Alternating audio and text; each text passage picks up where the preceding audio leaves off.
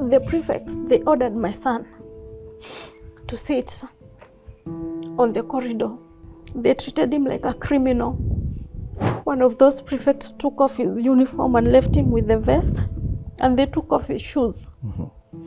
And they removed their belts. And they whipped him for 1 hour. 1 hour? For 1 hour with their belts on this side of the buckle. Na sasa hana viatu, amepigwa, amefura kila mahali. He's freezing. Ako miguu tupu. And it's at night. There are some people who are saying, yes, mtoto wa shule. Kwa vile alikuwa anakaa. Kwa vile venye alikuwa anakaa. Kimori, what I saw that day. Siwezi sahau mpaka leo.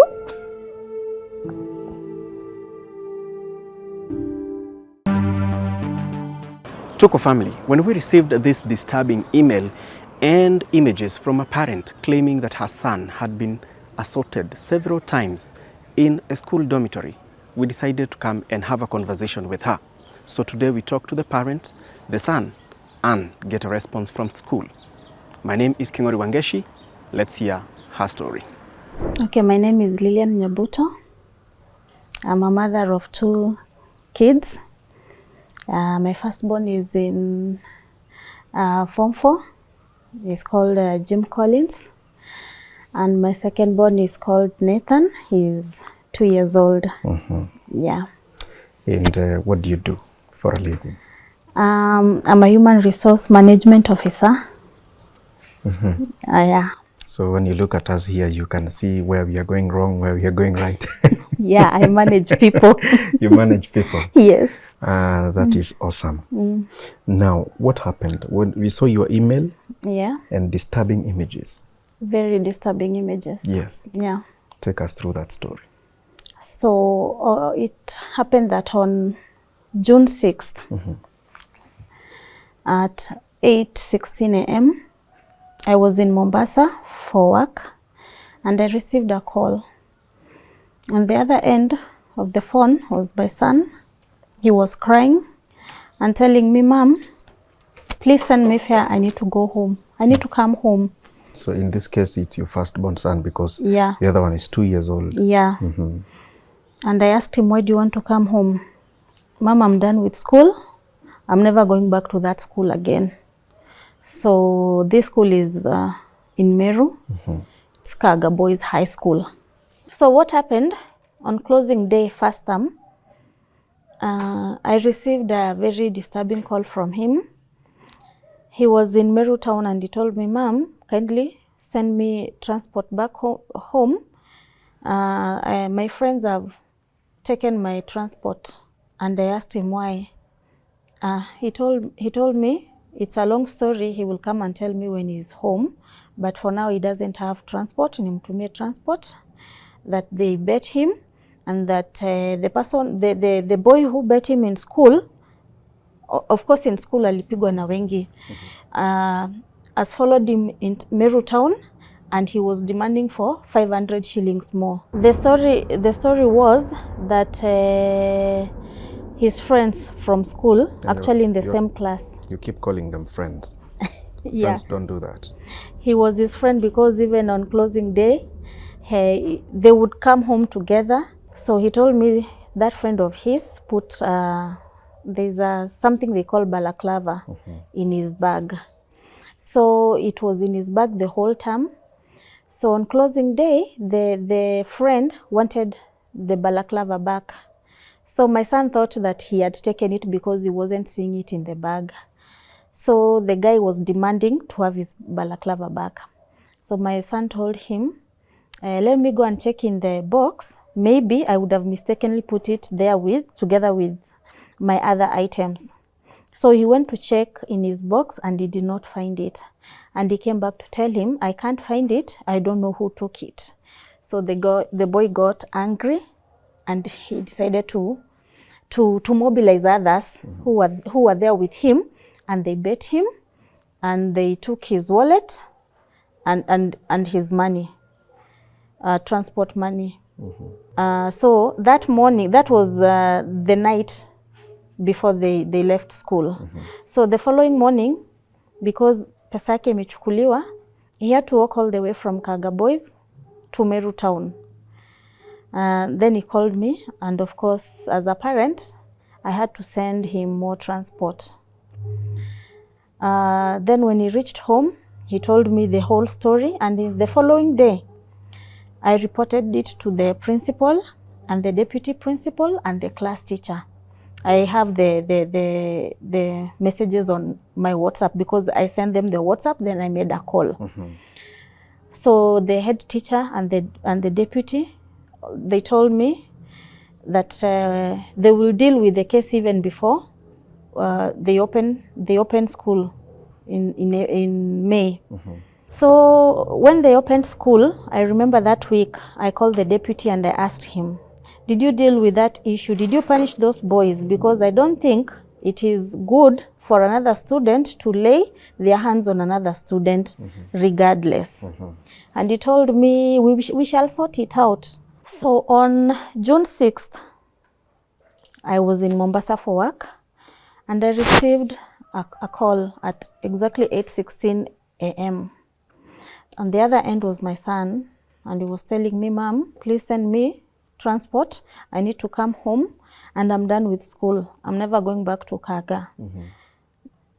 And I'm like, please, you are almost finishing school. I want you to go back to school. Whatever it is, you will be helped. He told me, Mom, I'm not going back to school.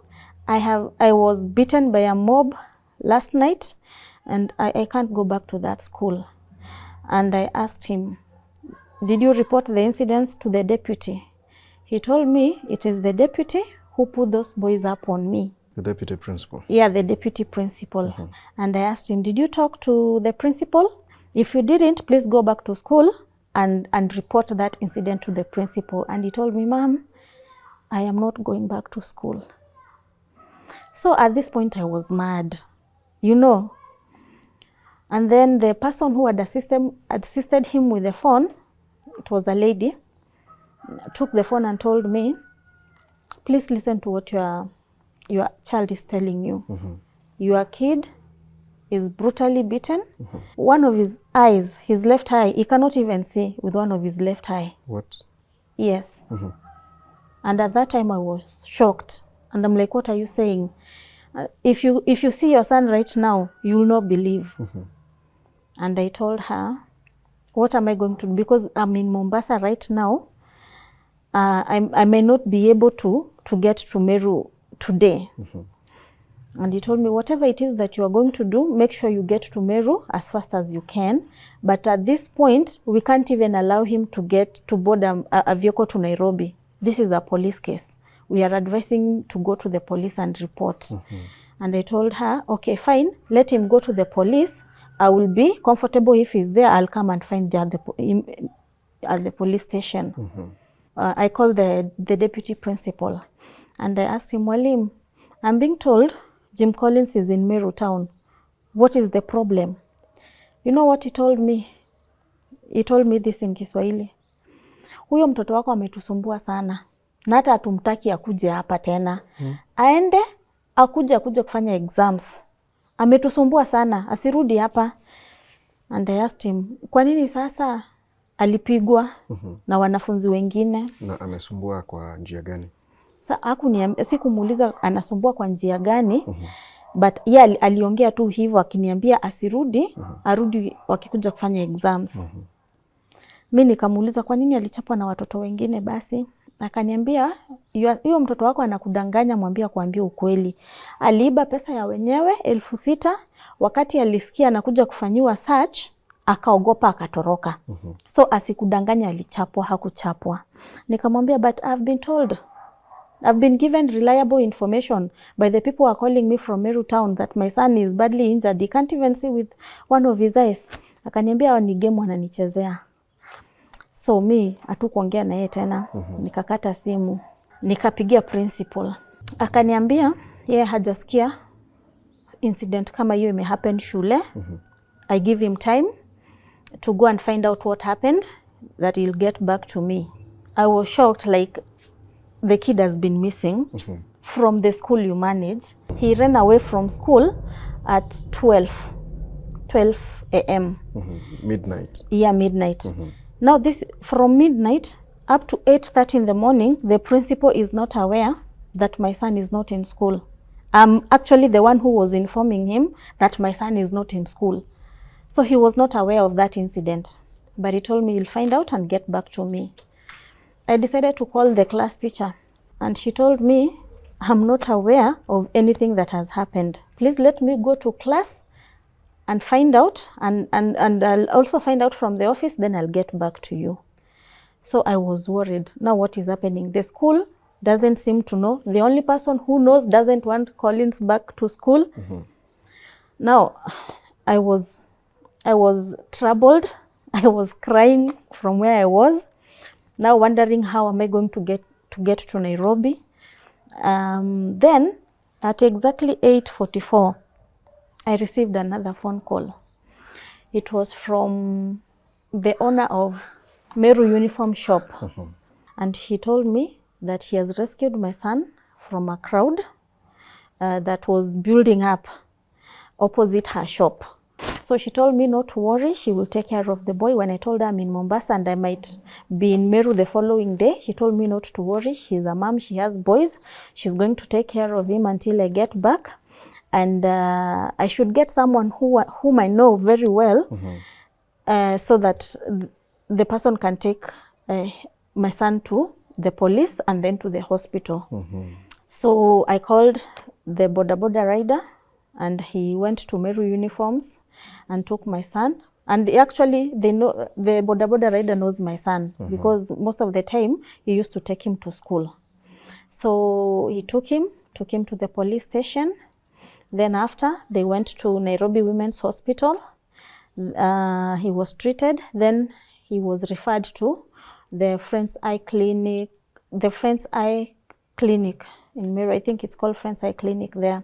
Then he got treated, and then he later took him back to the owner of Meru Uniforms. When that boda rider took my son to the hospital, I told him to take pictures of him so that he can send them to me. What I saw, I broke down. The ones that you sent to us? Yes, I broke down because I couldn't imagine his left eye was so swollen. And I immediately sent the pictures to the deputy principal, and I asked him, why do you say that Collins was not beaten, and you can clearly see from these pictures he was beaten in school? He told me, I didn't know he was beaten. I didn't see him. I was only told he ran away. And I asked him, is it lawful for other students to beat another student? Should they take law in their own hands, regardless of whether he stole or he didn't steal? Yeah. And I reminded him, even last time I reported an incident to you. Did you ever take action against those boys? Because up to now, I don't know what you did. Yeah?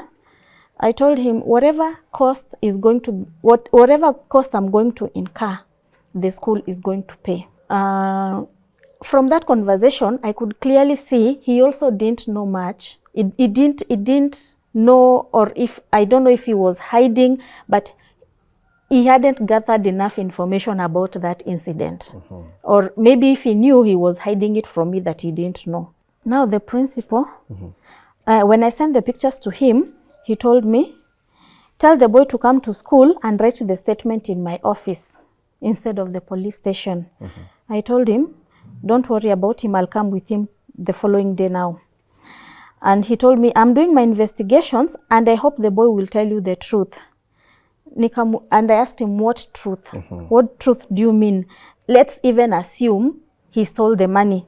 Are other students allowed to take law into their own hands? Shouldn't they bring that?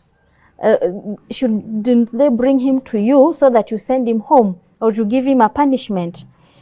And the following day, No, he told me, I hope you have booked a bus so that you'll be here early in the morning and have time with the boys whose money he stole. That's why the following morning, when the lady called me, she told me the principal has come down. He has realized that there was a mistake and he is very sorry about it. And he has requested that I release the boy to him so that he can take him for further assessment, because he has realized he never received proper treatment. And I told her it's okay if he wants From the to hospital? Yeah, if he wants to take him to the hospital, it's okay. That will be the second time going back to hospital? Yeah. It's now he had received treatment on 6th. Now this is 7th in the morning, and the principal wanted him to be taken for further assessment. But the lady informed me that my son went with the principal to school because there were officers from the ministry and TSC who are doing an investigation. Yeah, the Ministry of Education and TSC who are doing an investigation about that case. How had they known about it? That case had been posted on Facebook. So when I reached school, I found out that an investigation was going on. There were 3 officers, 1 from the Ministry of Education and 2 from TSC. And immediately I entered that room, I saw my son. My heart dropped. And the TSC officer, one of the TSC officers, she was a lady, she told me, please don't panic. Don't panic. Because I was in a panic physically mode. Panicked. Yeah, I physically panicked because of the way he was. He was so swollen, like you couldn't recognize him. At that time, if you had seen him right now and the way he was at that time, you wouldn't have recognized him. And then she told me, don't panic, that this injury he sustained on his left eye, he was pricked by a thorn when he was jumping the fence. So after the investigations with the ministry and TSC, we all went to the principal called us, and he was very remorseful. And he said, we are very sorry.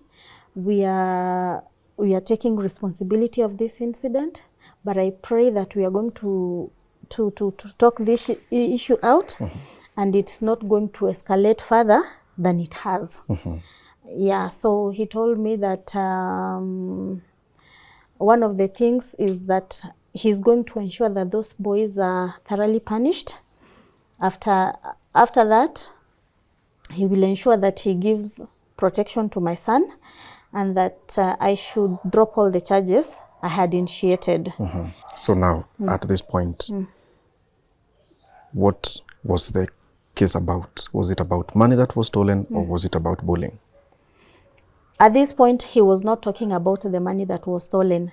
He was taking responsibility that there's a student who has been assaulted in his school, and that shouldn't happen under him. He has taken full responsibility, but we should forgive, and even if we have to solve it, not in court, we go through the mediation way, since it's one of the conflict resolution mechanism, something like that. ADR, alternative dispute resolution. Yeah, alternative dispute resolutions. So he said we can go through that, and we'll ensure that the boy gets justice, and whoever was responsible for committing that assault on him, he's going to punish them. But at some point, I insisted. I told him, I really want to see the boys, because now this is becoming a trend. I want to see the boys who assaulted him first term and the ones who have assaulted him now. I said I'm not going out of that school until I see them. So he called the boys who had assaulted him the first time. And then I questioned them. I asked, why did you beat him? Because we thought he had sold the balaclava. Okay, did he ask you to give him the balaclava? No, I put it in his bag. So why were you beating him if you are the one who took it there? You put him in that position, right? Then why were you beating him? Okay, those boys, they were around 4 boys. They were very, very remorseful. And I told them, even if we are going to forgive you, I still hope that you are going to be punished because of what you did. That is not right. You cannot be taking law into your own hands whenever you feel like it. because something would have happened to him. I, as a parent, I was greatly inconvenienced because I had sent him his transport back home. Why do you beat him? Go ahead and take his money. Like, how was he supposed to come back home? What if I was a needy parent as at that time? What if I didn't have any other source of income, or where I could get the money? What would have happened to him? How would he have gotten back home? So he said he's going to bring that money. And the deputy said he's also going to punish them. At this point, they had not been punished, imagine. They had not been punished. From closing first term? Yeah. This is second term? Yeah, this is now June 7th. They had not been punished. Then after when we were talking with those boys, then I realized out of that conversation, or rather engagement with them, I realized he had been assaulted earlier again. This was the third time now? Now this was the third time. I didn't know of the first assault. Are they the same people who, or are they the same students? The first incident and the second incident, there was some students who participated, who assaulted him in the first incident and the second incident. The third incident, it was only one who had been in the other two. Yeah. Okay. So now the boys who had assaulted him this time round, they were also called. And I asked them. I was actually surprised to find out that it was student leadership. The school captain, the dorm captain, the class prefect, I don't know which other prefect. There were 4 prefects and 1 student. They were all Form 4s also. So I asked them, did you investigate the matter? They told me they did not investigate. They were only told by a certain Form 1 that he stole the money. So they reported that incident to the deputy principal, who told them to go and do a search. And that search was supposed to be done on Sunday. But they didn't do it on Sunday. They decided to do it on Wednesday. On Saturday, they were told to take all the belongings that can't fit in their box to the dormitory, because the following day they were going to have a symposium with students from another school. Sorry, let me understand. They take the belongings that can't fit in the locker. Or in the locker. Yeah, okay. Yeah. So they had items like plates, every other thing, bags, the books that cannot fit in the locker, they take them to the dormitory because they were going to have a symposium. So my son, the things he had, I don't know, it was a cup, plate, a toothbrush and toothpaste, and I don't know what else he had. He decided to give it to one of the prefects to put it in his chamber. He felt they would be safe in his chamber. So in the morning on that day for symposium, when he woke up, they were told that by 7 a.m. they should be ready for that symposium. So when he woke up, he got dressed. Because it was a Sunday, they had to go for a service. But you see, he had given out his toothbrush and toothpaste, so he didn't get a chance to brush his teeth. So he went for the service. Immediately after the service at 10:30, that is the time they were to meet with the students from the other school. So he decided to rush to the dormitory where this prefect, who he had given his items, sleep, so that he can get his toothbrush and toothpaste. So when he reached there, he just peeped in the cube, and he did not find him. So he decided to go back. Now that is where the whole incident, that is where the whole blame or this incident started. There is a Form 1 in that cube now who went and said, there's somebody from that cube complained that his money was lost. When he said that, there's another Form 1 who said, I saw so and so coming to this cube, he must be the one who took that money. So they did not even inform him that he was a suspect. So when the deputy principal ordered this search, he didn't know. So that was on Sunday. They were not able to do the search on Sunday. Monday kakuja, the day was normal. my son hajui ni nini inaendelea. Tuesday hajui ni nini inaendelea. Wednesday wamekuwa na a good day in school. In the after preps he's going to sleep. Ndiye anapatana na the school captain. School captain anamwambia we are looking for you. Akamuuliza why? Let's just go to the dormitory, you will know why. So when they reached the dormitory in his cube where he sleeps, he found there was another prefect there already. And that other prefect told him, open your box, we want to I actually found that other prefect doing a search on another form 1. So when he saw my son, he told, open your box, we want to do a search. So my son thought it was normal because someone else was being searched. So he complied. Akafungua box yake, akaangalia, hakupata kitu. Akaingia kwa mattress hizo vitu nini kitanda yake akatoanisha, hakupata kitu. So my son asked him, have you found what you are looking for? And the prefect told him, we ngoja, tutakwambia. So then these other prefects wamekuja wote hapo. The captain asked him, do you have anything that does not belong? Is there something you have taken that does not belong to you? I've not taken anything. Do you have something that does not belong to you? Then my son told him, yes, I have a wallet that does not, a wallet and an ATM that does not belong to me, but it belongs to my friend, the one you have found me with when you told me to come to the dorm. They had gone to check their balance. You see, nobody's supposed to have money in the dormitory actually. Then they have ATM cards, and then... Was this ATM provided by the school or from the parents? No, the ATM is it was provided in school, but by a certain bank. Okay. Yeah, I think they had an agreement with that bank. So from time to time, an officer from that bank would go to school, and the students would be able to withdraw money using their ATM cards. Pocket money. Yeah. Wow, things have changed.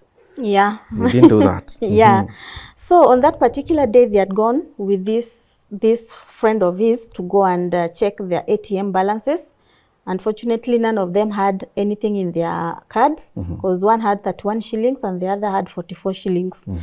So at that time, my son, I told you, in first time when he was being assaulted, there's a boy who took his wallet. So he did not have his wallet. So he told this other friend, please keep this ATM card for me. I'll come and take it later. But the other guy, because ako form 2, akamwambia, you just stay with the wallet, keep it in the wallet and stay with it. I'll come back for my wallet later. So that is why he was having his wallet. So the captain called this boy to come and confirm if the wallet is his.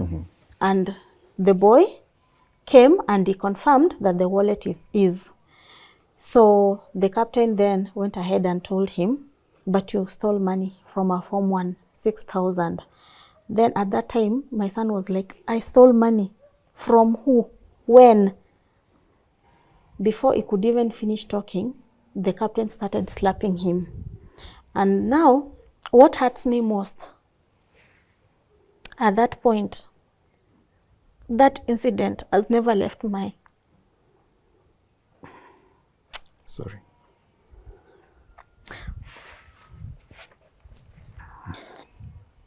The prefects, they ordered my son to sit on the corridor. Now outside the cube, but on the corridor. They treated him like a criminal. They ordered him to sit down. One of those prefects took off his uniform and left him with the vest, and they took off his shoes. And they removed their belts. And they started to whip him, telling him to produce the 6,000. Without clothes, without uniform. Yeah, without the uniform, they had left him with the vest. You see the pictures I sent you. That vest he was wearing, that is the vest they left him with. And they whipped him for 1 hour. 1 hour. For 1 hour. with their belts on this side of the buckle. Not even on the other side, on this side of the buckle. They assaulted him. And you know what breaks my heart more is that there were students in that dormitory, because it was after preps. So there were students in the dormitory. None of them woke up to save him. So the whole time he was being beaten,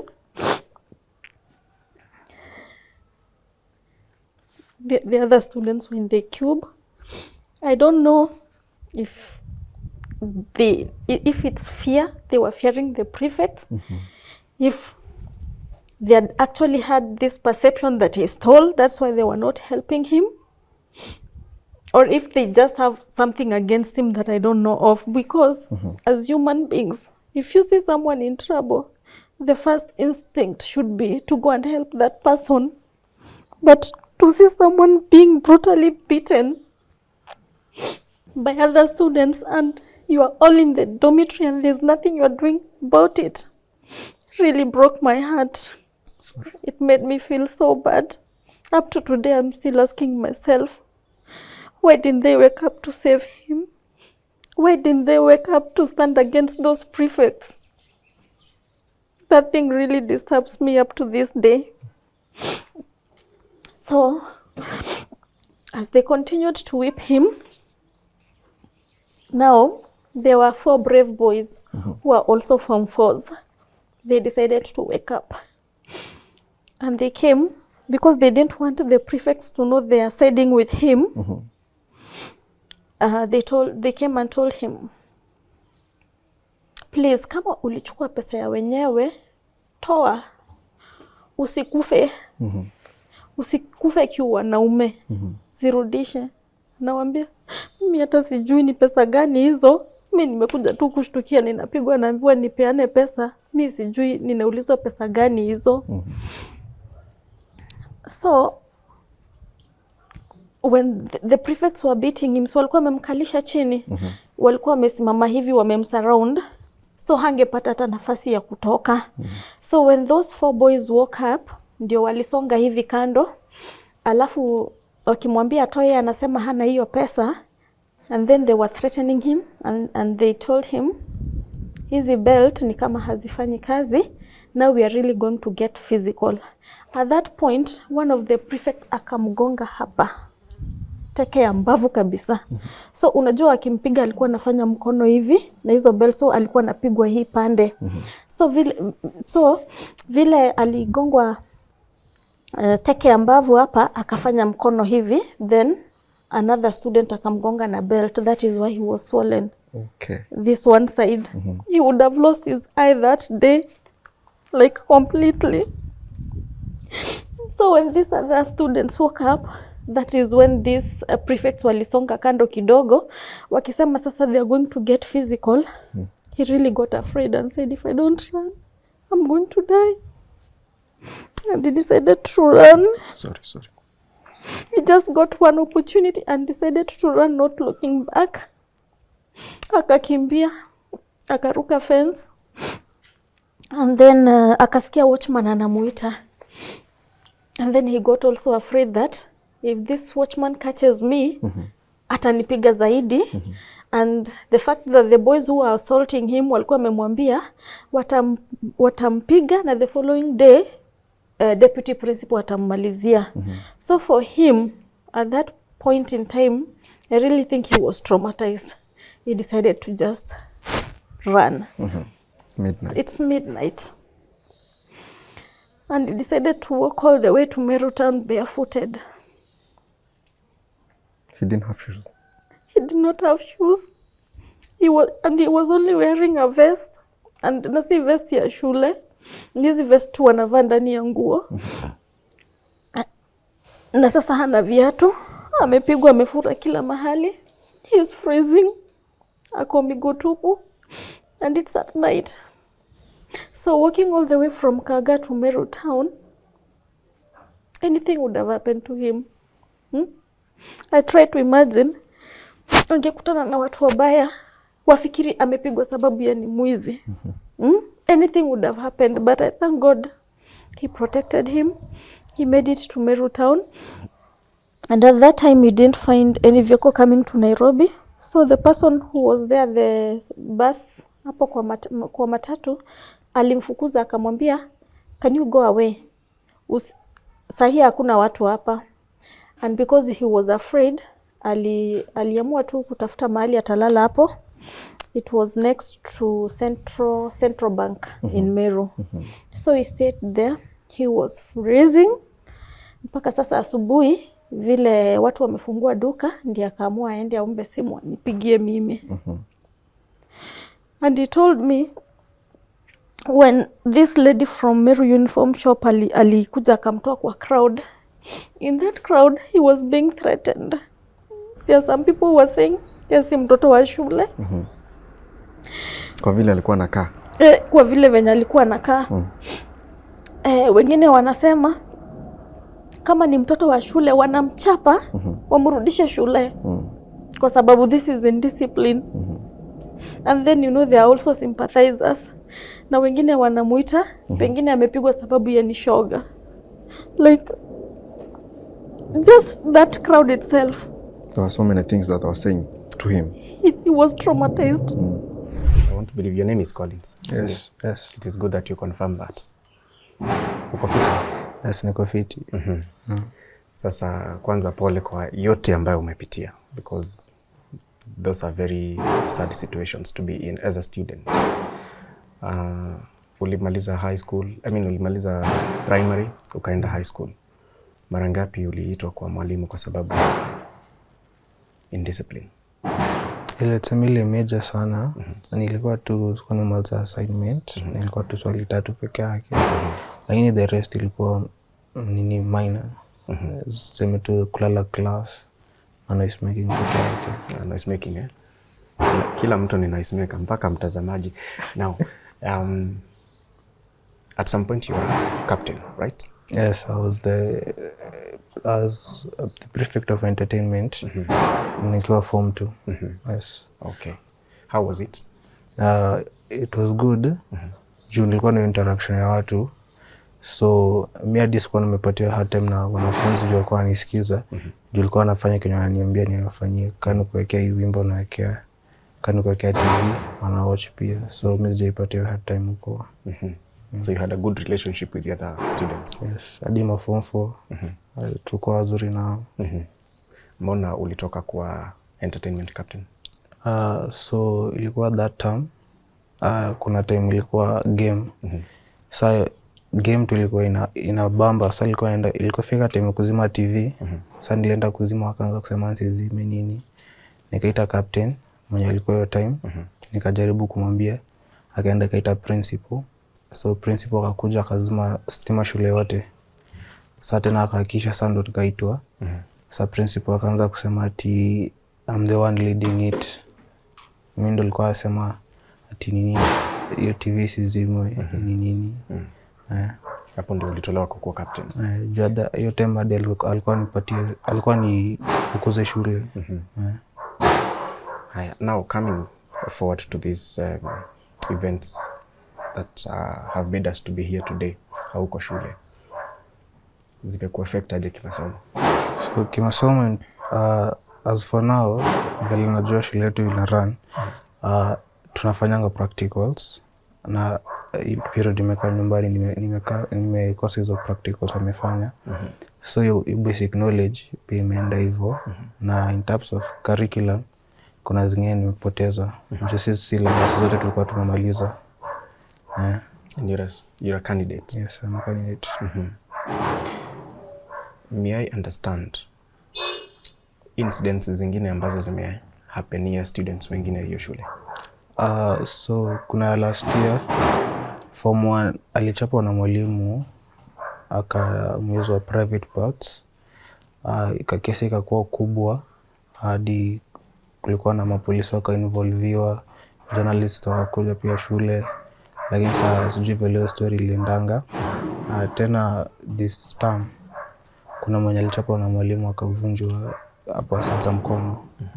So huyo alinavele nasikianga alipelekwa hoteli Akaambiwa pia atakuwa anaendea special meals kwa staff room.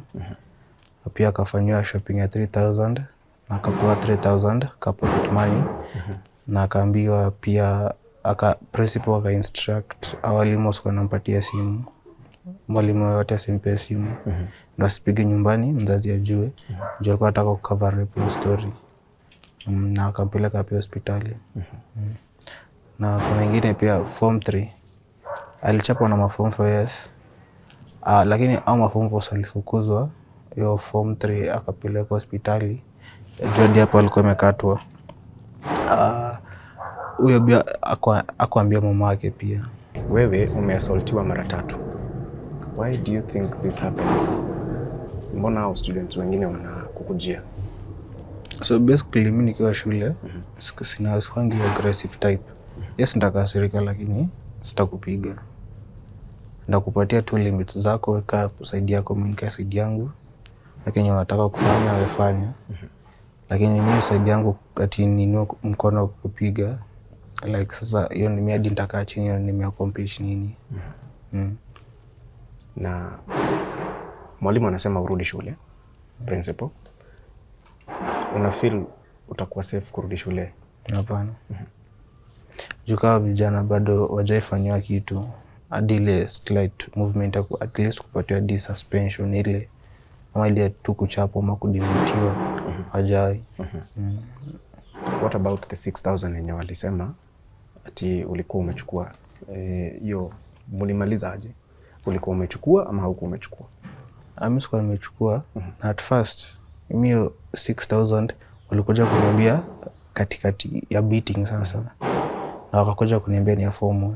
So later in the investigation, mimi nastukia kuona ni form 2, amekuja akasema ati pesa ni yake. Unaweza ambia wazazi wa hiyo shule aje? Watasikia sauti yako, wanaweza kosa kuona uso lakini watasikia sauti. Hiyo shule, yes, as much as iko mzuri, kuna vitu mingi zinaendeleanga huko. Mingi sana.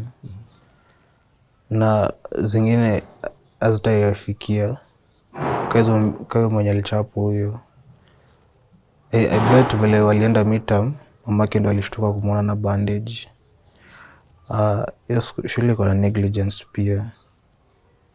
Lakini hao walimu kuna time wanajionanga. Unapata tu mtu amekuja akachukuliwa kwa kitu ujinga. Akaenda tu staff room akaanza kuchapwa watu hivyo bure. Ama kwa makosa kadogo tu. Naweza pata dai apatiwa suspension. Pole sana. We wish you the very best in your exams. And najua it's an uphill task now that you're in school. Unasema una miss some of the practicals. But we wish you the very best. At the time we were in school, I hadn't seen any other injury he had sustained. Okay. So mimi nilikuwa tu nimeona hii ya macho. And because nilisikia amedungwa akitoroka, ilifanya tukakam. But tukasema nonetheless because they bet him, they should be punished. Yes. So hiyo kitu ilifanya tukakam down. Tukarudi Meru uniform sababu mimi nilienda Meru nikijua perhaps this is a big case, I might not be able to go back home. So nikawacha bag yangu hapo. So nikasema tupitie hapo nikichukua bag. When we were in that shop, I told my son to help me carry my bag.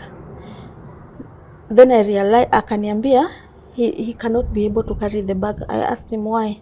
That's when I realized actually his left hand was like this. Nikamuuliza what's wrong? Akaniambia mom, mimi nimeumia sana. So nikamwangalia nikamuuliza si macho tu umeumia? Akaniambia hapana, mimi nimeumia sana. So akanifanyia nini, alikuwa amevaa shati, alikuwa amevaa hivi. Na hizo nguo alikuwa amevaa hii siku, by the way nilisahau kukuambia, because si alipatikana Meru hana viatu, hana nguo. That lady really helped me. Alimpatia shati ya shule, t-shirt, akampatia jumper, akampatia longi, akampatia sandals, akampatia rubbers. And I really appreciate God alinifanyia hivyo. Not many people can do that. Na sijui nitawai mlipa nini. So venye tulifika kwa hiyo shop, ndiye alinifanyia, alitoa shati hivi, nikaona kweli amepigwa hapa na amefura kabisa. But nikasema sababu tushakubaliana na principal nitaenda ni drop charges, tutaenda through the mediation way, let me just go home. But nitamwambia kweli mtoto ni kama alikuwa amepigwa venye hata nyinyi wenyewe hamkujua. Tukifika kwa gari alikuwa amekaa on my right, so mimi kukaa hivi ni kama nilimguza, so ali act ni kama amesikia uchungu. Nikamwangalia nikamuuliza ni nini, akaniambia mam, nimekuambia mimi nimeumia hadi nataka painkiller, I'm in a lot of pain. So ndio nikamwangalia nikamwambia ulidungwa wapi? Nikamwambia hebu nionyesha mahali ulidungwa na miba. Then he blankly stared at me and told me, Mom, I was not pricked by the thorn. It is the headmaster who told me to tell any persons who is coming to investigate so that that case cannot be serious. To lessen the seriousness of that case. Nikamuuliza, what are you telling me? Akaniambia, yeah, in the morning when headmaster alikuwa amemtafuta sana aseme anataka kumrudisha hospitali, I think that is why he got the chance. He wanted that chance to try to convince him aseme amedungwa na miba. Because even me, if you go through my WhatsApp messages with the head teacher, utaona kuna mahali alikuwa ananiinsistia huyo kijana wako aliumia akivuka fence. So alimfikia hiyo time akimwambia, please tell anyone who is coming to investigate this case that ulidungwa na miba ukiruka fence, but I will sort you out. What does sorting out mean? So akisema sorting alikuwa anamaanisha atamfanya nini? Atampatia kakitu, atamlipa. So he should cooperate, but atamsort. And also akamwambia atamkubalisha akuwe na simu shule na atamfanya kuwe prefect tena, because akiwa form 2 alikuwa prefect wa entertainment. Akampatia hiyo offer, atamfanya tena kuwe prefect. Those are very serious allegations. Yeah. I think at some point we'll need to get in touch with the principal. Yes, I will give you his number. Yes. At that time my heart dropped and I didn't speak a word. Hata hiyo journey ya kutoka Meru ya 4 hours, ni 4.5 hours mpaka hapa Nairobi, to me ilikuwa inakaa ni kama 20 minutes because I was lost in thought. I was questioning the integrity of this person. I was questioning the genuineness of his apology. Iliniuma na sikuwa naamini at this is the person tumekaa naye kwa ofisi and he has showed me such a character ya maturity and all that, genuineness. Sikuwa naamini anaweza fanya kitu kama hiyo. And I felt so betrayed. Tulipofika nyumbani ilikuwa saa 7 past around, let's say around 1 AM. Tulipofika tu kwa nyumba nikamwambia, toa shati, nataka kukuangalia. Kimori, what I saw that day, siwezi sahau mpaka leo.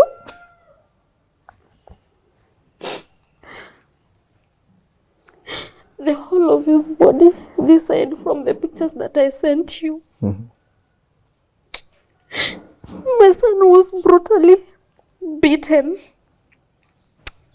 Hata ninashindwa kama ni wanyama, ni binadamu. Whoever did that to him. Nilishindwa sana. Actually hadi nilikuwa tu ninalia. Then nikaamua tu nichukue video na hizo picha. Yes. At that time nikatumia principal, nikamwambia principal, no, these boys must be arrested. This is so inhuman. This is brutal. This is barbaric. Like, how can you do this to someone else? You can imagine nini hizo belt side ya bako zilimfanyia akipigwa hivyo continuously for 1 hour. There were still marks on the body as from the pictures. Hi. Hadi waleo ako na mark. Ako na hizo mark mpaka waleo. Sema tu hiyo blood venye ilikuwa imeclot hapa ndio sasa imepona, but hizo marks za hizo mshipi venye ilikuwa imepita bado ziko. So nikatumia principal message hapa kwa WhatsApp na hiyo mpaka nikatumia class teacher na deputy, nikamwambia these boys must be arrested, na nikamuuliza when you took him for further assessment in the morning, where are the x-ray? At that point ndio sasa ilinikujia. Aya, sikupatiwa x-ray results. Sikupatiwa P3 ilikuwa ime amejaza. Kwanza nilimuuliza P3 iko wapi, akaniambia principal alichukua P3. Nikamuuliza principal alichukua P3, anachukua P3 kwa nini? Na OB iko wapi? Akaniambia pia principal alichukua zote. So nikaandikia principal message, nikamuuliza in the morning when you went for further assessment, did he sustain internal injuries? What were the x-ray results? I understand you have the P3. Please keep it because I'm coming for it, because these boys must be arrested. So nikamtumia hiyo message, mimi nikakaa. So in the morning venye niliamka, nikapata some 2 missed calls from the principal. I decided to call him. And he told me, I'm on my way coming to Nairobi. Please let's meet and talk about this issue. I'm begging you, Mama Collins. I'm begging you, please. I'm coming to Nairobi, let's talk. Then my husband told me, it's okay, give him a chance. Let's hear what he has to say, because he has decided to come all the way. He told me to go to Thika. I told him, because me, I'm so tired, I can't go to Thika. You just come to the bypass, uko Kamakis. So tukafika. Akaniambia, Mama Collins, ninakuomba kama mzazi. If I looked at those pictures and I got worried myself. But kama binadamu, na kuomba usiende kushtaki hii kesi. I might lose my job. And I have a family depending on me. I have a very big loan. Please, anything you want us to pay you, tutakulipa. You just say what it is. Me, I'll go to the board and tell them that we can pay damages. Say what it is that you want us to pay you. And again, I will talk to the boy. I will be very close to him. Hata akirudi shule, mimi nitakubalisha tu akuje na simu. In fact, at that point sasa ndio ninakuja. Yeye mwenyewe sasa tena akasema na mdomo yake. Nitakubalisha ukijana kuwe na simu shule na nitamfanya akuwe prefect. The same words he had told the same words he had told the boy. So akatuambia, you think about whatever you want to be compensated, because we are going to go through the mediation way. That time you will tell the panel or whoever will be in that committee, you will tell them how much you want to be compensated, but I will make sure the boys who committed this barbaric act will get punished thoroughly. So tukaongea hapo, yani he has this way of persuading someone arudi chini. Unaona hii mdomo tamu. So nikamwambia ni sawa. So that was on Saturday. Now he promised that watamit na board on Monday, and that on Wednesday he'll arrange for a meeting. He'll call the parents of those boys together with those boys, and he will inform us board itakuwa imesema nini, and he is sure au vijana watachukuliwa hatua hiyo siku. So wakafanya board Monday. Mimi hata sijui kama walifanya hiyo board Monday. On Wednesday nilienda Meru. So kufika hapo tukapata ni wazazi 3 peke yake walikuwa. Na mmoja na wengine walikuwa ni wale wazazi wengine walikuwa hapo ni PTA representatives wa kutoka hizo classes za form 1, 2, 3 na 4. Na mmoja wa hao wazazi ambaye pia ni mzazi wa among the 3 wa hawa vijana alikuwa ni mama ya captain. Yeye ndio PTA, yeye ndio anafaa kukua kwa hiyo mediation team, na kijana wake ndio alikuwa one of those boys, ni captain wa shule. Yeye ndio alianzisha hiyo vita kwa kijana wangu. So conflict of interest. But my cousin told me, don't worry, let's just see how this is going to work out. So that whole day, let me tell you, the spotlight was put on me. Who called you? How did you know? Ulifanya nini? Did you contact anyone? Why did you post it on X? Nini? Actually, the spotlight was on me. Now the case was on me the whole day. To waste more time, the PTA chair said, let's go to the scene of crime, then we follow the path alitumia kutoroka shule. No, nikamuuliza, so tutafuata hiyo path mpaka Meru town? Akasema on foot. But that we shall waste time. And then he was proposing that hiyo mediation, hizo talks zichukue muda like 2 months. Nikamwambia if it is 2 months, then I will abandon these talks. just go. I'll go to court, I'll go make a statement with the police because 2 months, no. Hapana, na huyo nako form 4. Nikakataa. Then wakasema 3 weeks. So nikakubali tu shingo upande. So tukaenda hapo kwa hiyo dormitory. Actually vile niliingia kwa hiyo cube but wanasema huyu aliiba. Niliangalia boxes zote zilikuwa za blue. Nikashindwa hata kama ni mtu anataka kuiba, wewe ulali kwa hiyo dormitory in the first place. Ambaye anasema ati ameibiwa ni form 1, humjui. Alafu boxes zote hapo ndani ni za blue. Wewe hata kama wewe ni mwizi utaenda ujue which box ni ya huyu, ni hii ndio iko na pesa. Na nikaambia principal, you have to get the CCTV footage. Because kuna CCTV footage hapo nje ya dormitory. We want to see him, to see the time he went to that dormitory and the time he came out. Even from that, hiyo tu kidogo hivi, tutajua kama he could have done something in that cube. So, tukarudi tukaenda kwa dormitory yake, nikaona mahali alikuwa amekalishwa chini, mahali alipigiwa, tukafuata hiyo njia mpaka mahali alirukia fence. So, and that day before I went home, after seeing hizo boxes za blue, nilishindwa sana. Mtoto wangu hajawahi patikana na kesi ya wizi shule. Inawezekanaje alijua? Nikaambia principal, mimi siendi nyumbani. The only thing, because we were not able to talk to those boys as you had promised. The only thing, and I'm also asking you as a favor, call the boy who says pesa yake ilibiwa na nitie wale wanasema walimuona waliiba. Na nika insist, PTA alikuwa amekataa kabisa, akasema that will not happen. Na mimi nikamwambia na mimi siendi nyumbani, actually nitapiga nduru sasa because mnanisumbua akili pia nyinyi. I insisted until they were called. Now what surprised me, nilikuwa naambiwa pesa ilikuwa ni ya form 1. Hata deputy principal aliniambia pesa ni ya form 1. But ambaye alikuja ni form 2. Anasema pesa ilikuwa yake. Nikamuuliza kwa nini huku umeweka pesa kwa ATM na mnafaa kuweka pesa kwa ATM? Na in fact, principal alikuwa hapo, huyo PTA chairman alikuwa hapo na deputy principal pia alikuwa hapo.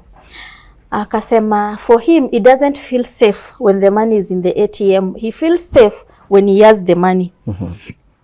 Nikamuuliza nani alikupatia 6,000 as pocket money? Akaniambia I did not have 6,000, I had 3,000. Kamwambia but we were told it is 6,000. Akasema the other 3,000 ilikuwa ya form 1. Nikasema okay, so you had 3,000, somebody else gave you 3,000. Why would this other person keep his money? Mbona akupe wewe umweke? Akasema this other person felt ni safe huyu akiwa na hiyo pesa. Akasema oh, he didn't feel safe pesa ikiwa kwa ATM yake, you didn't feel safe pesa ikiwa kwa ATM yako. Nikamuuliza oh, ulipata 3,000 ya nani alikupatia 3,000? Akasema ilikuwa tu yake amekuwa kisave. Nikamuuliza from when? Ati from the beginning of this year. Nikamwambia okay. Nikamuuliza na because I'm going to call your mother right now. I want you to tell me how much pocket money you were given by your parents when you came to school this term. Akaniambia alipatiwa 300. Akamwambia 300 Nikamuuliza na last term nilipatiwa 500. So 500 plus 300 hiyo ni 800. Nikamuuliza from first term mpaka saa hii hiyo 800 hujawahi enda kwa duka ukaitumia? Hujawahi nunua mkate? Akasema yeye si wa hiyo type ya kununua vitu, yeye anataka kusave pesa. Akamwambia so far that is 800 you have accounted for. And we are still going to confirm, because if you are accusing my son of stealing, then you also have to prove that you had that money. Akasema, nikamuuliza you haven't still told us where you got 2,300 from.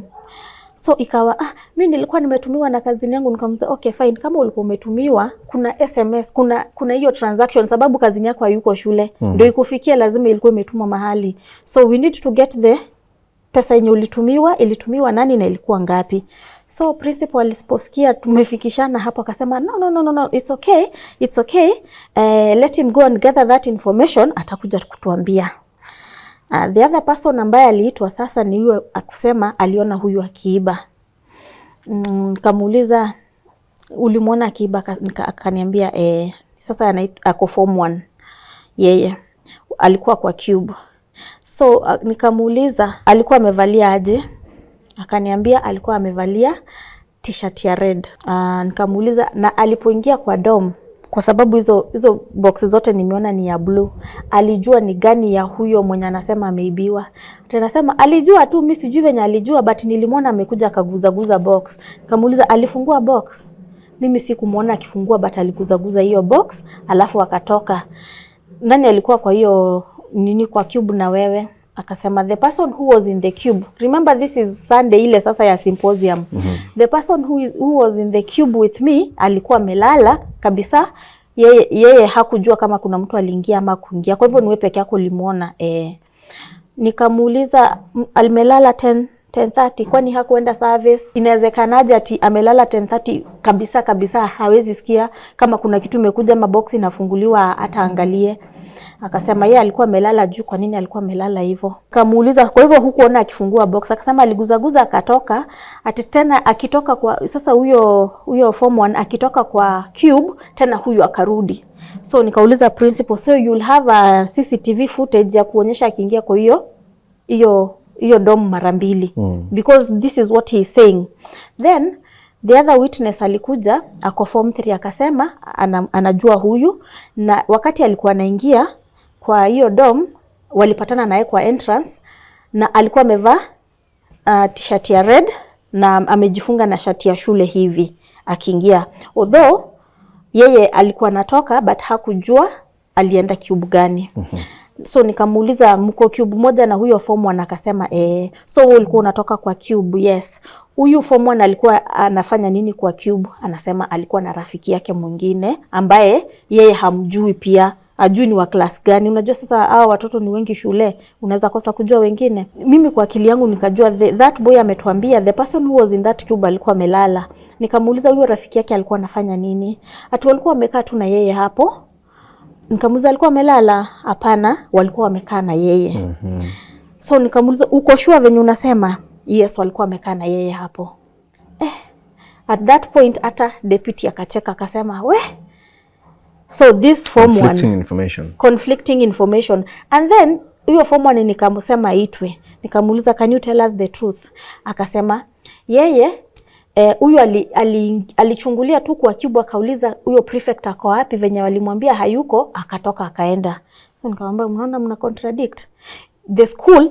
Actually what even makes me sad is that mimi ndio nina force hiyo investigation to determine whether he was guilty of what he was accused of or not. Mimi ndio sasa ninafanya waisikie. They did not even take the step to investigate if this boy was guilty or not. Ni mimi sasa nina initiate hiyo. So venye principal anaona hii information kuna venye sasa we are finding out this boy is innocent. Akasema we are not even allowed to question these boys. Nilikuwa nimekupatia tu hiyo chance, but you are pinning them down. So wacha tu as the school we shall do our own investigation. But at that point nilikuwa nishapata information ninataka. And then you should know that Sunday at that 10:30 when they were going for the symposium, form 1 na form 2 waliambiwa wakae kwa hostel from 10:30 mpaka lunch. From 10:30 mpaka lunch. So form 4 na form 3 ndio walikuwa wameenda kuengage na wa students wengine. Na wakati huyo mwenye pesa alikuwa amekuja, nilimuuliza hiyo pesa ulipeleka dorm lini? Akasema ni hiyo Sunday venye waliambiwa watoe vitu zote kwa class, hiyo Sunday ndiye alipeleka kwa box. So nikamuuliza how would he doesn't know you, how ajui box yako, anaweza je kuja achukue? And then something surprisingly, hiyo Sunday si form 4 na form 3 wameambiwa vae full school uniform. Huyu alikuwa in full school uniform. Mpaka nikaambia head teacher, because my son says alikuwa in full school uniform, tunataka kuona kama alikuwa amevaa t-shirt ya red venye hawa wanasema, ama yeye alikuwa in full school uniform. From the CCTV? Yes, hakuwa inipatia hizo CCTV footages mpaka wa leo. Mpaka wa leo. And then what they were hiding is that form 2 na form 1 walikuwa kwa dom mpaka saa 7. So how would you even accuse someone atiendi ameiba, yet kuna wengine walikuwa wameshinda kwa dom for all those hours? Hiyo kitu iliniuma sana, knowing that huyu ni mtoto struggle na yeye. Pole sana. What has happened after that? Has the school gotten in touch with you? And why is he not back in that school. So after that Tuesday, you remember they refused to call the boys. They then PTA akasema na akaambia huyo au wazazi wengine, now because even mi sikuleta mtoto wangu nikuje na yeye the following Tuesday. Na hao wazazi wote wataitwa na hao vijana, then we shall deliberate on that issue. The principal even requested me hiyo siku nilale Meru so that I would be in school by 8 a.m. Na akaniambia shouldn't worry about the expenses, he's going to take care, because mimi nilimwambia mimi siwezi kuwa na hiyo expenses yote ati nitakuja tena nipate mahali pa kulala Meru, nianze kulipa ABCD. Right now niko down kabisa. Akasema nisiworry, atalipa hizo expenses. Na hata ukiangalia kwa call logs zangu utaona wakati tulifika Meru at around 5:30 nijaribu kumpigia, hakuchukua simu. Ndio akakuja kunipigia the following day. Nilikuwa nataka kumwambia nimefika alipe room. But hakuchukua. So ikanibidi mimi nikaanza sasa kupiga simu usiku, nasumbua nimefika hapa, but mwenye alikuwa amesema atalipa room hajachukua simu, nisaidie na pesa nilipe. In the morning tukafika shule by 8.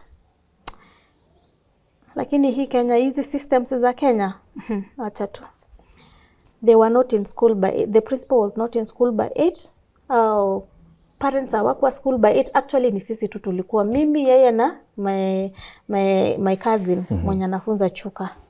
Tukakaa hapo, nikaanza kupigia head teacher simu. Head teacher ananiambia niko kwa ofisi kidogo ninakuja, sijui kaini hapo kidogo ninashughulikia. So at around 9:40 ikielekea 10 ndio sasa ninaona chairman wa PTA na wazazi wengine wawili wa PTA, ambaye mmoja ni mama ya huyo captain, alafu na mzazi mwingine pia wa PTA na mwalimu mmoja wa TP, teaching practice. Imagine mwalimu wa teaching practice ndio sasa wameform hiyo panel. Alafu sasa tukianza hiyo mkutano wakasema tuanze, nikawauliza tunaanza aje? Wazazi wako wapi?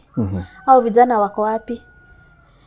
Even my cousin was worried, like this is not what we had agreed last time. Can you guide us? Wakasema now they have been given the mandate to do the mediation talks, and they will do what they deem is best for the mediation talks. As of today, they have decided not to call the parents. They have decided to do what? To interrogate Collins.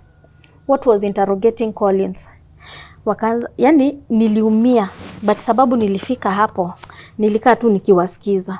So Collins aanze ni kwa nini alichapwa. Now na akisema wanamwambia mistake yake. Mbona, why didn't you scream when you were being beaten? Why did you run away? Why didn't you run to the security guard wa shule? Why didn't you run to the principal's office? Si umepatia shule jina mbaya. Yani it's like they were trying to make him be on the wrong, and at some point niliona they were mentally exhausting him because they were doing everything they could to try to like distort everything he was saying. At that point nikakaa nikajiuliza, what am I doing? Mimi ni mtu nimeenda shule. Hizi mediation talks ziko based on nini? There's no legal, they are not legally binding. Here they are trying to save face, they are trying to waste me financially, they are trying to drain me emotionally, and now they are draining this boy also mentally. Anasema hivi, wanasema vile. In fact, that day I really had a hard time trying to make them not to distort his statements. Then later on in the afternoon wanasema we are also going back to the scene of crime once more. Imagine a whole day. Mimi nimetoka Nairobi, nimetumia pesa yangu, transport yangu na yake. Nimetafuta pesa, nimeenda tena nimelipa room. 3,500 plus transport, plus kuna ingine ya kurudi, plus hata huko kazini yangu lazima mimi ndio ni foot bill yake ya transport. Then somebody is coming here to waste my whole day, because kama ni mediation talks and you want to find the truth about this matter, I think there should be some yani hiyo progress ya from where did it start, how did it reach here.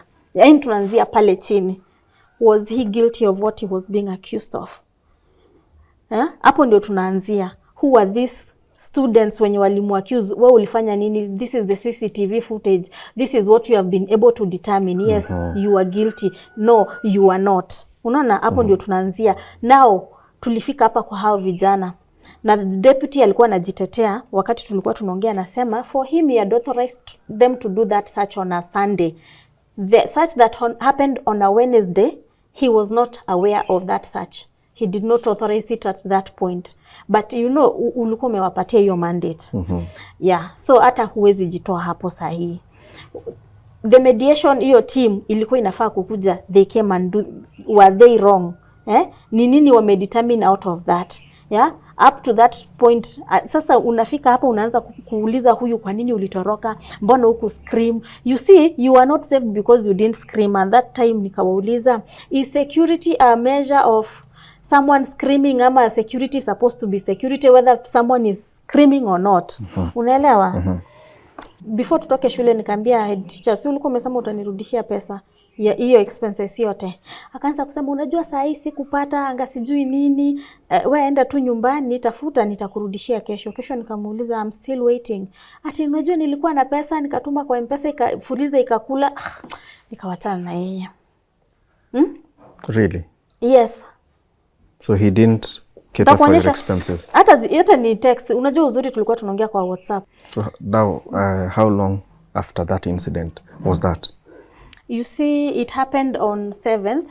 Then it happened on 6th. Nikaenda shule 7th. Hiyo siku nilimtoa shule. Nikaenda shule tena on 12th. Then this was on 18th again. Yeah. So mimi nikaamua nitaenda mbele. Nikaenda Meru. I made another trip to Meru, so sikuenda shule. Wakati nilifika huko nikaongea na huyo polisi alikuwa amepatiwa hiyo kesi, record statement yangu, akasema then I still have to go back with Collins again.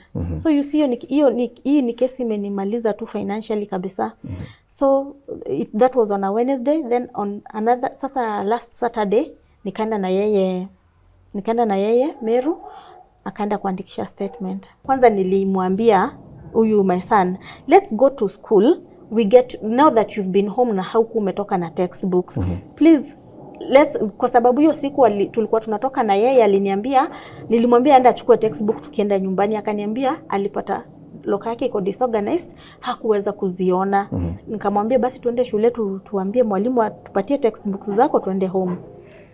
Si nilifika Kaga Boys, that was on Saturday. Principal alikuwa, nikamwambia tumekujia textbooks, please turuhusu tuchukue textbooks because there is somewhere we are going at this particular time. I have something I need to do.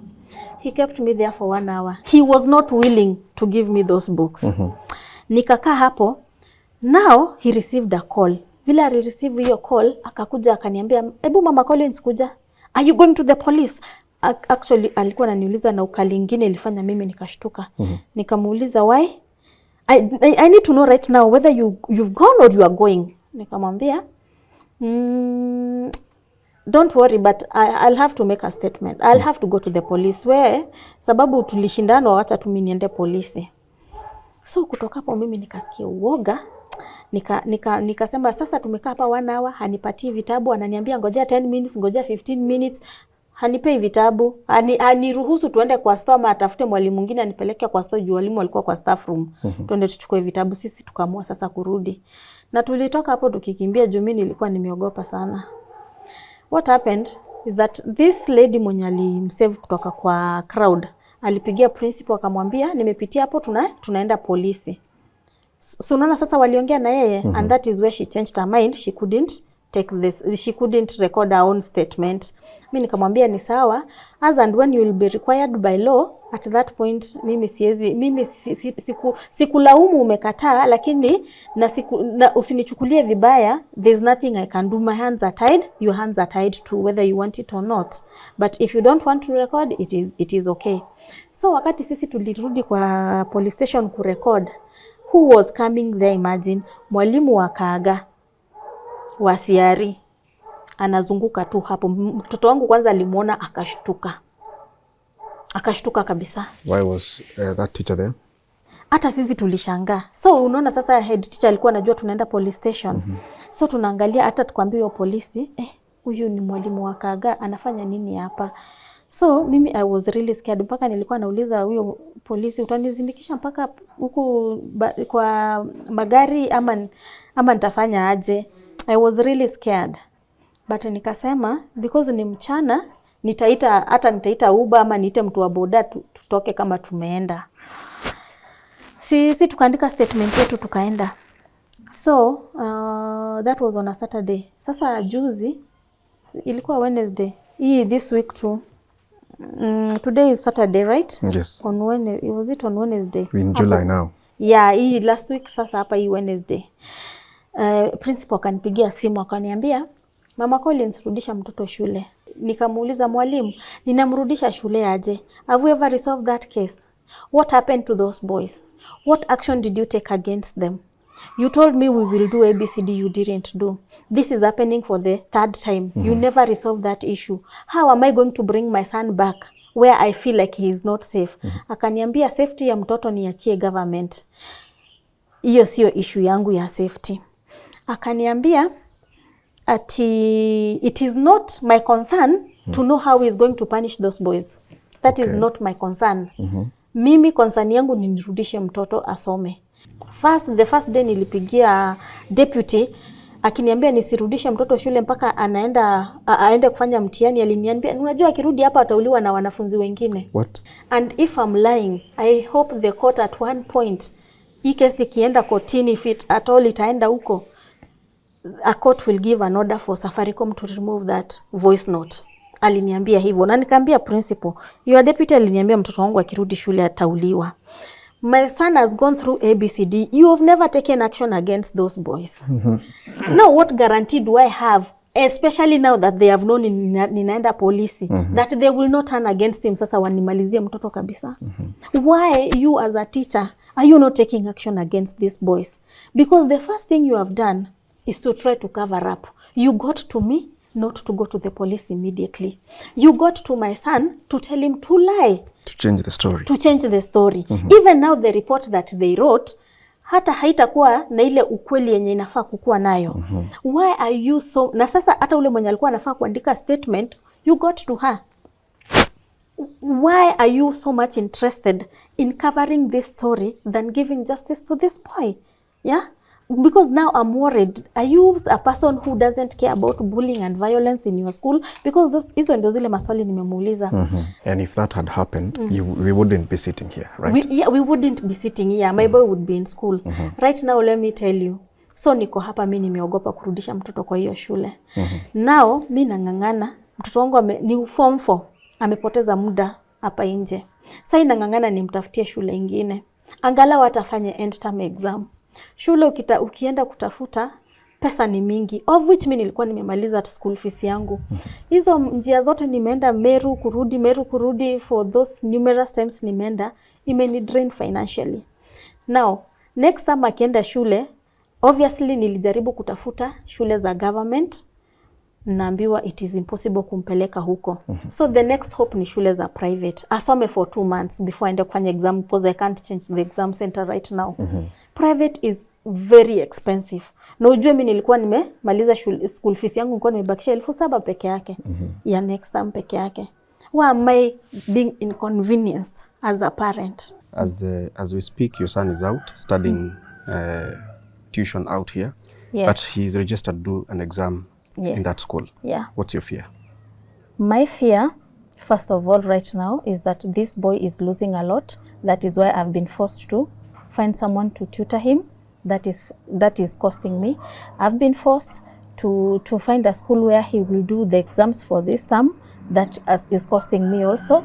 And I'll be forced to get a school, maybe probably a private boarding school for the 2 months he will study from elsewhere. That is another cost that I didn't anticipated as a parent. Na sijui nitatoa hiyo pesa wapi.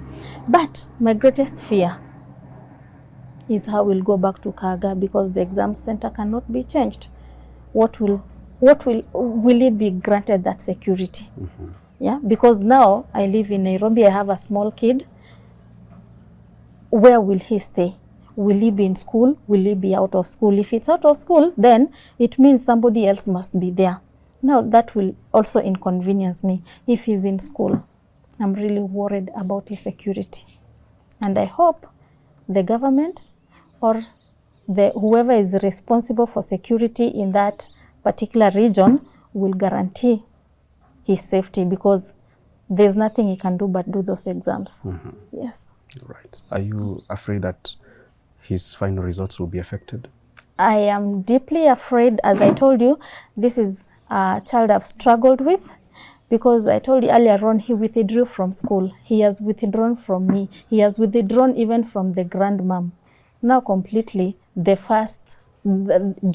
entire June, he never sat down to study. He had given up. And he went through that episode again. I had to take him to counseling to Chiromol. There are counselors from Chiromol something. I've forgotten the name. Now, even right now, for me to get him a tutor, it's like I'm forcing him. But what can I do as a parent? You have to do your best. Because we were at a great place. Now we've gone down there. And this incident, I just hope, even if it has affected him, by the time wanafanya exam, maybe he'll have recovered. But if not, he has already lost a lot. But let me hope. For the very best. For the very best. And we wish you the very best, even as we fight for his justice. And I hope he will get that justice. In our constitution, we have articles in the constitution that protects these children, even when they are in school. So if you look at Article 53 of the Constitution of Kenya, it clearly provides a child's right to basic education, and to some extent, this right has been interfered with, because right now he's not in school. They have interfered with his flow of education. It says further that they have right to be protected from abuse and from all forms of violence and inhumane treatment. That is Article 53 of the Constitution that protects children. And then Article 28 of the Constitution provides that every person has a right to have their dignity respected by all. Can I tell you how his dignity was stripped off? At that point, anatolewa kwa cube, anakalishwa kwa corridor chini kama mabusu. They stripped him of his dignity. To go ahead and abuse him in front of Form 1s, Form 2s, Form 3s, even if he goes back, ataheshimiwa. His ego has been damaged. Like, his dignity was stripped off that night. You understand? Further, Article 29 of the Constitution states that no person should be subjected to torture in any manner, whether physical or psychological, and no person shall be treated or punished in a cruel, inhuman, or degrading manner. The Basic Education Act, Article 36(1), echoes the Constitution, and it prohibits torture and cruelty, inhuman or degrading treatment or punishment, whether physical or psychological. That is the Basic Education Act. If you look at all these acts, his rights, they have been grossly violated. Wakati tulitoka shule, it took 2 weeks before my son angekubali kuongea na mtu. Hata kutoka nje hakuwa anatoka. Hata kukula hakuwa anakula. Hata kwa bedroom yake hakuwa anatoka. I was so worried. And this thing has not only affected him, paka mimi imeni affect. Kazini siwezi fanya kazi yangu vile inafaa. Iyo kushinda ninatoka, ninaenda Meru, niko hapa. Yani, it has totally disorganized me. I cannot even perform at work right now. I had to take him for counseling. That is just an extra cost on me. Another extra cost ya kumpeleka shule, na mimi nilikuwa nimemaliza. And you know this hard economic times we are all going through. Unaelewa? Yes. I feel so bad. Yes, how do you feel about the other students, their safety, especially under the current school about the other administration? students? Because you're a parent, Yeah. and there are other parents, they have students there. Going by what I've experienced, I'd fear. I'd totally fear for any student. If, let me tell you where my fears come from. If people can commit a crime and the School administration tells them it is okay to do that crime, and you don't take an action against that, because what are you teaching them? That it is okay to commit a crime because this is the society we live in. You will get away with it. You see, those kids will never learn. They will come out here. Watajua hata nikifanya hii hakuna mahali nitapelekwa. Yeah? Once they come out here and with that attitude and they go ahead wafanye makosa hapa nje, what will happen to them? Who will you blame? Mwalimu alikuentrust na hawa watoto. Lakini wewe, because you are not playing your part, wamefanya makosa and you cannot show them this is wrong. Because that is a learning institution. Whatever you teach them, they will learn. You are telling them it is okay to commit a crime and you can get away with it. Yeah? That is what he has taught them. Now, he's also teaching these other kids that justice, sometimes it is not necessary. And as a parent, I'm worried. Yeah? Whatever happens to you, it's not always that you'll get justice, or maybe justice is selective. Yeah? And I don't want my son to learn that. And that is why I've not even taken him back to that school. Because first, I don't believe that he is secure there, that he will be protected. Secondly, it's because I want to teach him that whatever happens to you, justice is a right. And if you have not been served that right, you have to do everything you can to ensure umepata justice. What else is he teaching these kids? That in future, and this is now the problems you are having, even now, that's why you see people are rioting, because people are not delivering. Sindio? Now, if you teach these kids, tomorrow ndio watakuwa kwa hizo positions, you have denied him justice right now. Will he ever be in a position to serve justice to another person? But what I hear from you, the school might not be bad. The school is okay. It is the system within the school. System within the school. Yes. And probably not the system, maybe the individuals who are holding those positions. Because if you did your duty, maybe let me not blame you for not knowing. Okay, fine, we can look, tunaweza overlook hiyo. But you have known, what have you done about it? All right. Umefanya nini? The board inajua. In fact, hata wakati nilipiga, cause hiyo Wednesday ndio anipigia niambie nirudishe mtoto, I had called an officer in the Ministry of Education, akani refer to the regional education officer, nikamuongelesha, akaniambia, you see, there was a report written, and that report, we made recommendation, and it went back to the school. Talk to the head teacher to organize a board meeting so that you can go through that report and go through the recommendation, because as what we got, it's that it's a discipline issue. A discipline issue. You are calling a criminal case a discipline issue. Nika text mwalimu, nikamwambia, mwalimu, can you organize? Na iko kwa text. On Friday, we have a meeting with the board so that we can go through that report from the Ministry of Education. I really want to see it. Because it concerns me. He never talked anything about that. Nikawachana na yeye. On Thursday, I texted him again and nikamwambia, mwalimu, please kindly, nataka textbook za Collins sababu niko nyumbani. Ako nyumbani, anahitaji kuwa akiendelea kusoma. Akaniuliza textbooks ama kila kitu. Nikamwambia, okay, fine, everything.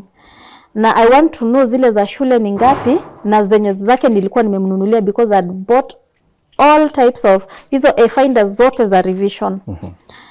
Akaniambia, I will check in the course of the day. Do you know? He never did that. Nikamwambia nitatuma mtu anitumie, because ile siku nyingine hakunipatia chance ya kuchukua hizo textbook. He never bothered. Now what was I forced? Nilikuwa forced kununua textbook zingine. What I can tell the principal, no matter what you're doing, in the end, I will walk even to the end of this earth to ensure my son gets justice. This will not go. This one will not go like that. And he will be the last student to be bullied in Kaga Boys. That I promise him. Those are very strong words coming from a parent and directed to a principal of a school. But you can also understand from her story the pain she has been through with her son and the journey that they've taken. Therefore, as we call for justice for Collins, you're also calling for quality leadership and administration in that school. Let's get in touch with the principal of the school on record.